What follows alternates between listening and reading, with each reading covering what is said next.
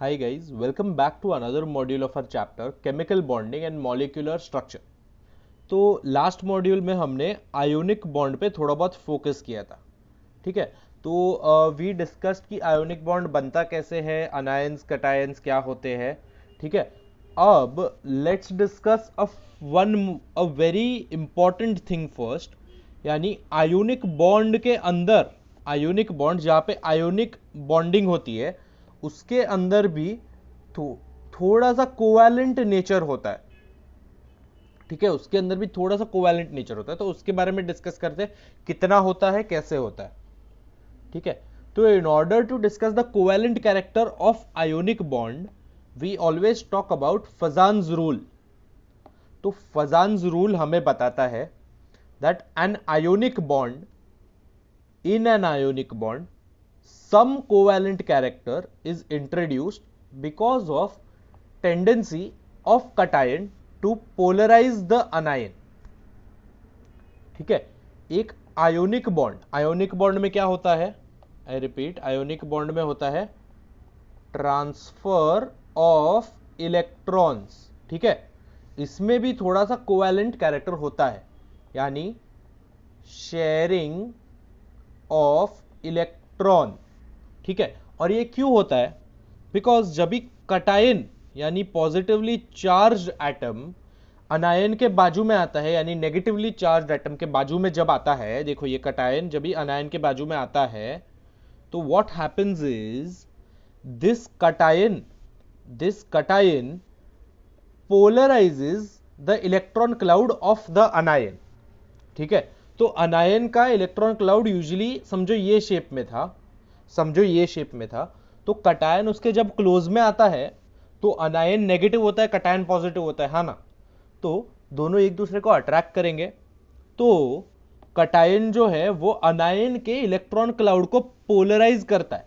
Polarise मतलब कुछ ऐसे ओरिएंटेशन में डालता है ताकि दोनों का जो इलेक्ट्रॉन क्लाउड है ना, कटायन का इलेक्ट्रॉन क्लाउड और अनायन का इलेक्ट्रॉन क्लाउड थोड़ा सा ओवरलैप हो जाए एक दूसरे के ऊपर। ठीक है, थोड़ा सा ओवरलैप हो जाए एक दूसरे के ऊपर, और ये ओवरलैपिंग जो होता है ना, this is covalent character. Overlapping मतलब क्या, दोनों के इलेक्ट्रॉन्स, ये जो छोटा सा मैंने ब्लू एरिया दिखाया है, ये छोटे से ब्लू एरिया पे फोकस करो। ठीक है, ये छोटे से ब्लू एरिया पे फोकस करो, जिसको हाईलाइट भी कर रहा हूं मैं। तो इस छोटे से ब्लू एरिया में कटायन का जो इलेक्ट्रॉन है वो भी प्रेजेंट है, और अनायन का जो इलेक्ट्रॉन है वो भी प्रेजेंट है। ठीक है, यानी वो छोटे से एरिया में शेयरिंग ऑफ इलेक्ट्रॉन हो रहा है, ये छोटे से एरिया में शेयरिंग ऑफ इलेक्ट्रॉन हो रहा है, यानी थोड़ा सा कोवैलेंट नेचर आ रहा है इस आयोनिक बॉन्ड में। ठीक है, समझ में आया। The cation brings about polarization of electron cloud of the anion. ठीक है, यानी अनायन का जो इलेक्ट्रॉन क्लाउड होता है, इलेक्ट्रॉन क्लाउड मतलब क्या, ये पूरे एरिया में अनायन के इलेक्ट्रॉन्स कहीं पे भी हो सकते हैं।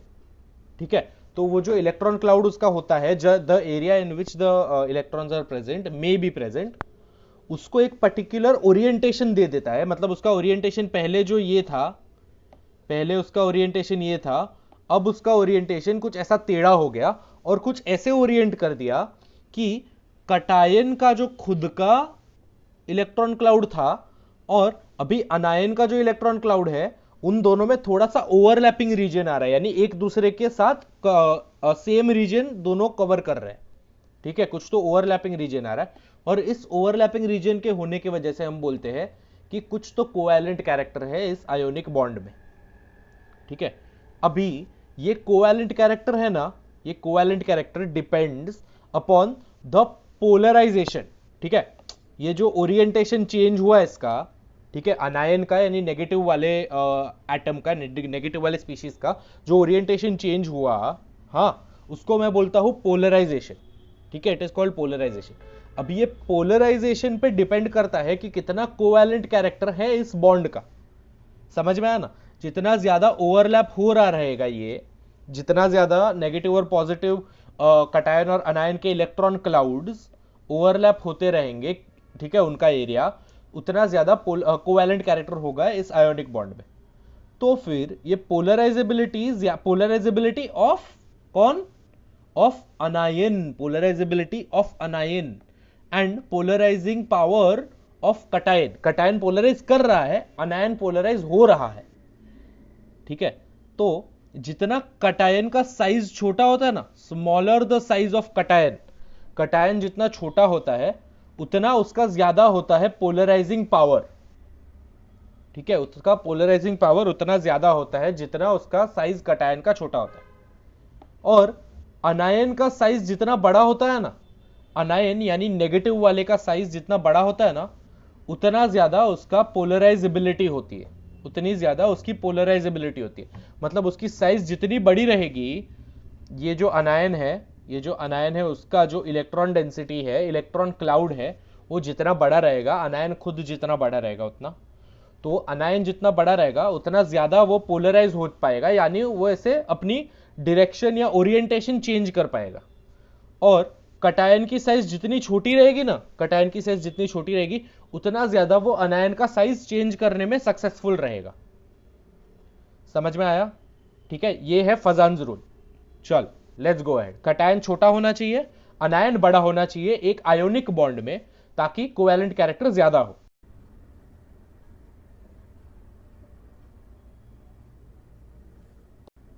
As we said before, polarization जो है, पोलराइजेशन ऑफ अनायन, अनायन कितना पोलराइज होता है, यानी नेगेटिव चार्ज स्पीशीज कितनी पोलराइज होती है, it is directly proportional to covalent character, ठीक है। जितना ज्यादा पोलराइज होगा, जितना ज्यादा ओवरलैपिंग होगा, उतना ज्यादा कोवैलेंट कैरेक्टर होगा, उतना ज्यादा शेयरिंग ऑफ इलेक्ट्रॉन होगा। And both of these are inversely proportional to melting point and ionic character. जितना कोवैलेंट कैरेक्टर ज्यादा रहेगा उतना आयोनिक कैरेक्टर कम रहेगा, हाँ कि ना? सिंपल, जितना कोवैलेंट कैरेक्टर ज्यादा रहेगा उतना आयोनिक कैरेक्टर मेरा कम रहेगा। Both are stark opposites. और जितना कोवैलेंट कैरेक्टर ज्यादा रहेगा उतना मेल्टिंग पॉइंट भी कम रहेगा, बिकॉज कोवैलेंट मॉलिक्यूल्स का मेल्टिंग पॉइंट हमेशा कम रहता है, ठीक है, as compared to ionic molecules. Ionic molecules always have a higher melting point, ठीक है। फिर again, extent of polarisation depends on one और two more things as well. It depends on the size of the cation, cation कितना छोटा होता है और अनायन कितना बड़ा होता है, ठीक है। कटायन जितना छोटा होगा उतना ज्यादा अच्छा है, अनायन जितना बड़ा होगा उतना ज्यादा अच्छा है। Then it also depends upon charge on cation and anion. अगर दोनों के ऊपर चार्जेस बड़े हैं, ठीक है, दोनों के ऊपर चार्जेस बड़े हैं, जैसे Al2SO4 फॉर एग्जाम्पल, Al2SO4 में, SO4 थ्राइस में Al के ऊपर +3 चार्ज है, SO4 के ऊपर -2 चार्ज है, ठीक है। Every SO4 has -2 charge and Al has +3 charge. तो इतना ज्यादा चार्ज दोनों के ऊपर प्रेजेंट है, तो polarisability of the अनायन will be मोर। जितना चार्ज ज्यादा उतना पोलराइजेबिलिटी मोर, ठीक है। फिर presence of non polar solvent, तो अगर नॉन पोलर सॉल्वेंट यूज किया, जैसे CS2, बेंजीन, ईथर वगैरह वगैरह, नॉन पोलर सॉल्वेंट्स जहां पे पोलैरिटी नहीं है वो सॉल्वेंट में प्रेजेंट, डाइपोल मोमेंट नहीं है, ऐसे सॉल्वेंट्स यूज करने पे भी पोलराइजेशन ज्यादा होता है। फिर cation with electronic configuration other than noble gas, मतलब जो भी कटायन मैंने यूज किया अगर उसका इलेक्ट्रॉनिक कन्फिगरेशन नोबल गैस जैसा नहीं है, उस आफ्टर लूजिंग द इलेक्ट्रॉन्स, ठीक है, आफ्टर Al3+, अगर Al3+ नहीं आता इसमें, पर अगर कोई कटायन है जिसका electronic configuration is other than noble gas, then also there is good extent of polarization. Okay, more is the extent of polarization when we have a cation with electronic configuration other than noble gas. ठीक है, अब बात करेंगे ionic molecules के बारे में। बात करें ना हम, आयोनिक बॉन्ड के बारे में बात कर रहे थे, तो आयोनिक मॉलिक्यूल्स में we will be talking about lattice enthalpy और लैटिस एंथैल्पी।